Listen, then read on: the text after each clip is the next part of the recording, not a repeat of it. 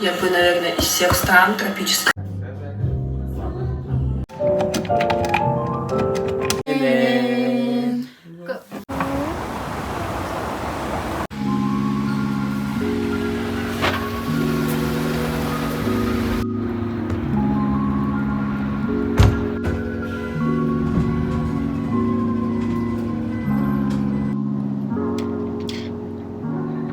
Январдагы күнүмдүк жашоодон влог. Жумуштан башталат, анткени бүгүн 8-январь, анан 8 күндүн 5 күнүн жумушта өткөрдүм. Ошондуктан жаңы жылдык каникул деген түшүнүк жок. Анан дагы ютубка көптөн бери эч нерсе тартпаганыма, жашоомдо кызыктуу нерселердин баракына жетпей, кандайчы көп маани бербей, мурункудай чоң бир саякатка же кызыктуу жерге барсам аны тартам деген түшүнүк пайда болуп калыптыр. Чоң бир жашоомдо кызыктуу нерсе болбосо дагы чоң гана күнүмдүк жашоомдон влог тартайын деп чечтим.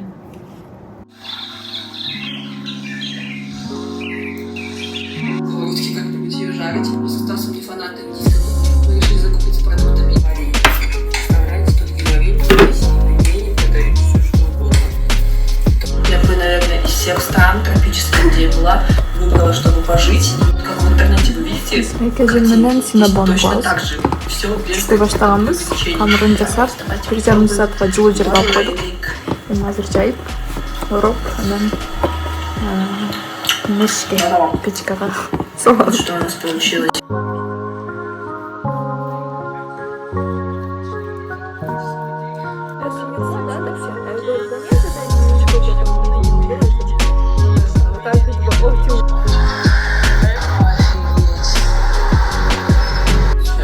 Английский курс пойдем. Это, кстати, очень вкусно. $46. Окей. Мы вышли из торгового центра, тут одного, и тут такого. Бүгүн январдын 15-и. Демек, айдын бүтүшүнө 2 эле жума калды. Кече эле жаңы жыл кирди эле. Жаңы телефонумдун камерасынын сапатына аябай таң калып,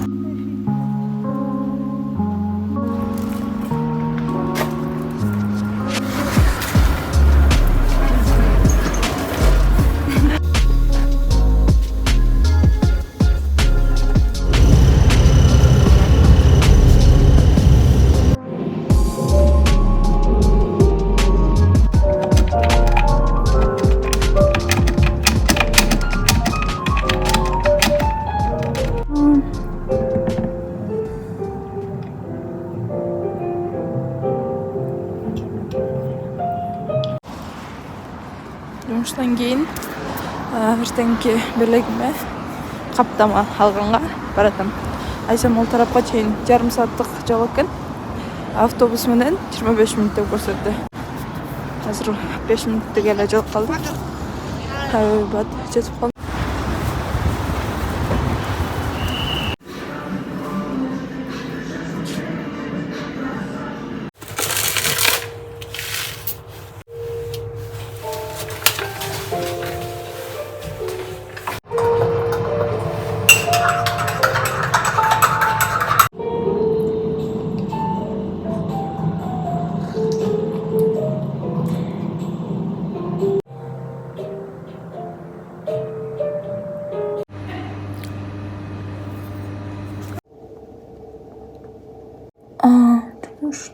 Думуштан.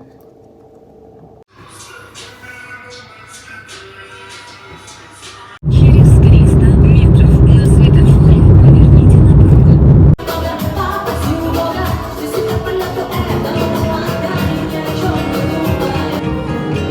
Давай,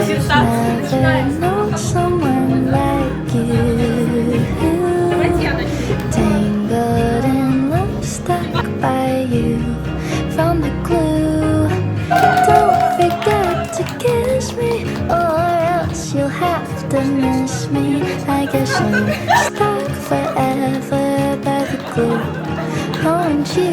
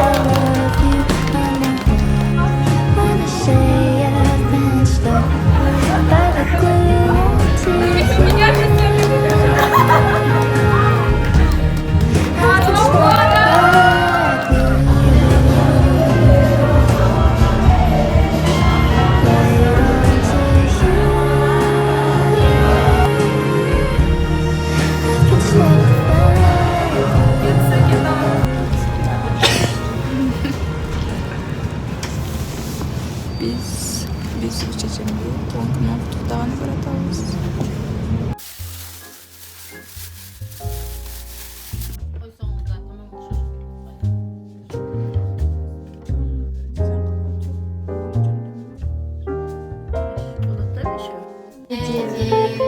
Doğan günümüz benim.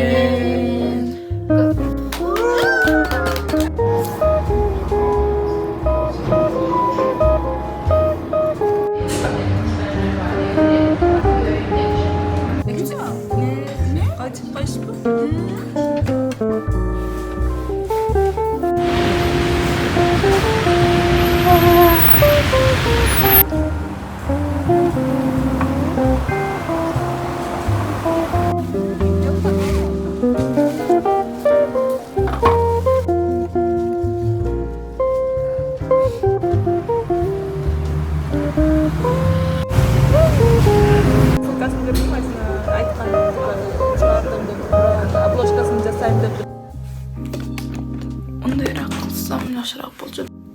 Январь айындагы влогду кантип башташты да кантип бүтүрүштү да билбештим. Анткени көптөн бери татпай, жарым жыл болуптур. Жарым жылдан бери эч нерсе тартпай унутуп калыпмын. Азыр болсо тартканга аракет кылып жатам. Анткени атайын туулган күнүмө суранып жатып жаңы телефон алдырдым. То есть белекке бериштим. Бүгүн дагы болсо жумуш жок болчу. Ошого шаарда бүтүрчү иштеримди кылып, акыркы жолу январь айында акча короттум деп өзүмө сөз берип келдим. Болсо бул айда жылдын башында эле айлыгымдан дээрлик баарын коротуп салдым. Ошо бүгүн кирпигимди ламинирование кылдырып келдим. Анан бираз нерселерди алып, бир жумадан бери мени почтада күтүп жаткан посылкамды алып келдим. Бул болсо Озон деген интернет магазинден атайын тырмактарды тырмактын жаатын тазалай турган ондай машинка болчу. Иштетип көрдүк. Азыр Хамза экөөбүздүн тырмактарды тазалап, сон кылды. Жылтырап салынып калды, таптаза болуп. Мен салонго барып кылдырбагамдан ошо өзүм үйдө кылчумун. Эми мурункудан да жакшыраак болот. Таза тыккан болуп. Негизи тырмактын таза жүргөнү бул эң биринчи тыккан жүрүүнүн эрежелеринин бири деп ойлойм. Андан косметика саткан жерге тегеттим. Үйдө шампунь жок экен, чоң шампунь алдым. Краска алып койдум. Муну колум бошогондо дагы бир нерсе өзгөртүм келгенде боеп коем чачымды. Анан чачты мынтип жыйналганда майда чачтар, балапан чачтар чыгып калбаш үчүн мындай воск деген бар деп катыртып кое турган. Мындай көптөн бери карап жүргөн сумка алдым. Ушундай кара түстөгү аябай базовый гардероб дегенге туура келген. Жөнөкөй сумка көтөрүп жүрөм. Ушуга артында бричкам жыламаш жүрөт. Норм бүтүшүнө бир жума калыптыр. Бир жуманын ичинде дагы кызыктуу бир нерсе болсо албетте тартам. Азырынча жаңылыктар ушул.